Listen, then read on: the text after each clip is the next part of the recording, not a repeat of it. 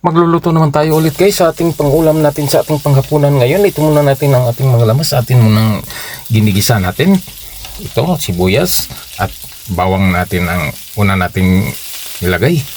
Atin itong pabutin na medyo mapula ang ating lamas. At ito na guys, ang ating karne. Ito, ang karne natin guys, minarinate na natin ito ng tuyo at suka at paminta.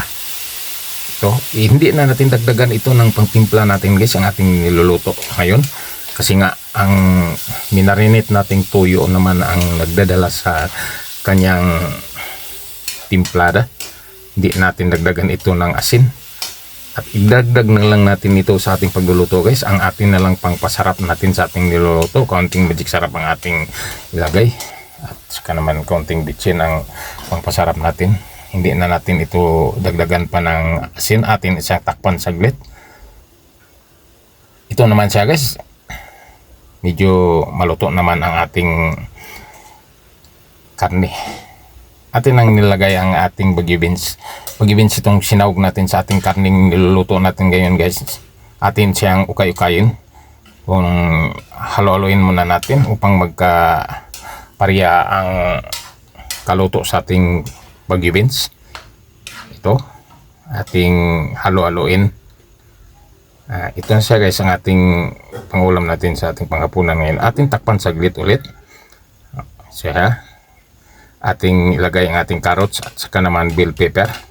Lapit naman itong luluto ang ating bagyo beans. Madali ra itong maluluto. Ating hinahalo muna ang ating bagyo beans sa carrots at saka naman bell pepper na nilagay natin. Ito siya guys ang ating niluluto. Ating lagyan na siya ng pangpasarap natin sa ating niluluto.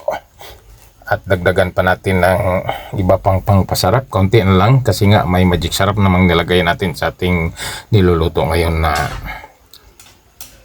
karne natin na may sahog na bagyo beans. Ito siya guys ang ating niluluto. Masarap ito guys kasi nga gulay itong niluluto natin. Hindi masyado namang madami ang mantika na nilalagay natin. Ito siya. Mas masarap ito ang bagyo beans kapag isawag sa karne. Ito siya ating takpan siya ulit guys sa ating paabutin natin. Ito siya guys ang ating niluluto natin sa ating pang-ulam ngayon gabi.